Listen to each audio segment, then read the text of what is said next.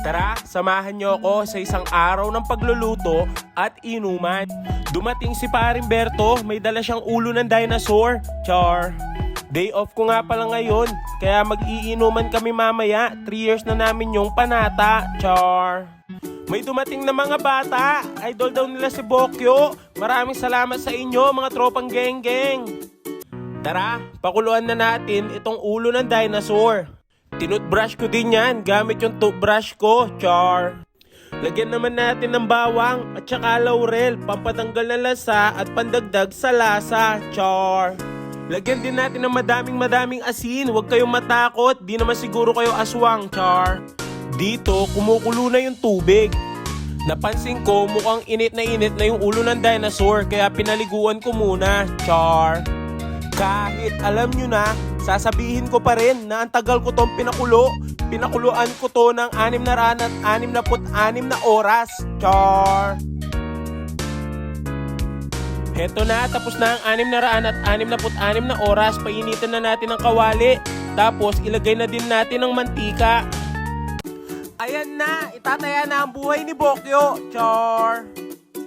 Basta dahan-dahan lang ang paglagay, huwag kayong matakot.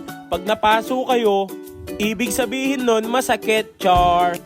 Pawis na dito si Bokyo. Dito, bubuksan na natin ng nakasara, char. Balik na rin na natin, hindi natatalsik ang mantika dito, char. Hindi na ako nasasaktan kung mantika lang, ang daming beses ko nang nasaktan.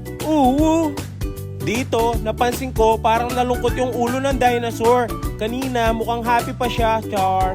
Nagpa-cute pa si Bokyo na gumigeng-geng. Tignan nyo naman, parang mukha ko, mukha ng masarap, char. Paliguan muna natin para lalong lumutong at hindi sayang sa gas para double impact, char. Kung hindi nyo pala na itatanong, ito ang isang hilig ni Bokyo, ang pagluluto. Pag nakaipon ako, balak ko din ng ganitong business. Bokyo Food House, kahit di gano'ng masarap, pero pwede na, char. Naghihiwa din ako dito ng meatloaf, isa pang pulutan, di naman small time si Bokyo, char. Maghiwa muna tayo ng bawang. Tignan nyo si Bokyo, sobrang bilis. Sa sobrang bilis, yung daliri muntik nang maalis, char. Tara, iprito muna natin yung mga pork cubes. Ay, meatloaf pala, char. Hindi lang yan prito, meron yang twist. Hintayin nyo lang, gagawin ko yung sinigang, char. Dito, hanguin na natin at umpisahan na natin ang pangalawang pulutan. Sindihan na natin ang apoy sa ating mga sizzling plate. Pag mainit na, ilagay na natin ang margarine, pampadilaw ng ngipin, char. Ang iluluto pala natin ay sizzling corn with pork in can. Diba parang tunog mamahalin pero dilata lang naman ang mga laman, char.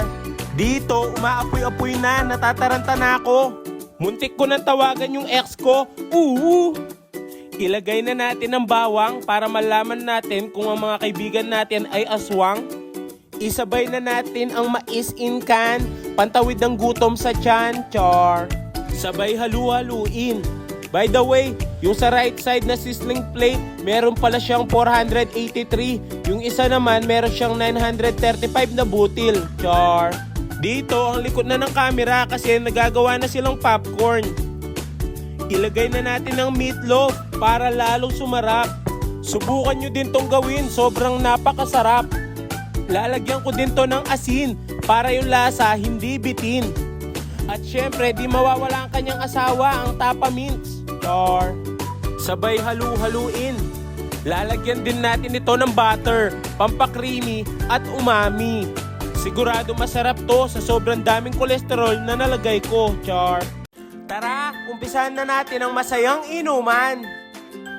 Ayan, isi-serve na ni Bokyo sa mga tropa ang sizzling corn with pork in can na tunog mayaman, char. Siyempre, isi-serve din natin ang crispy ulo ng dinosaur na pampabata. By the way, meron na kaming nakareding ang lodupin para pag yung batok di na kayang tiisin, char. O, diba, marunong magluto si Bokyo, asawa na lang ang kulang, char. Ayan ang iinumin namin, ang Emperador, lasang tubig ng patay, char.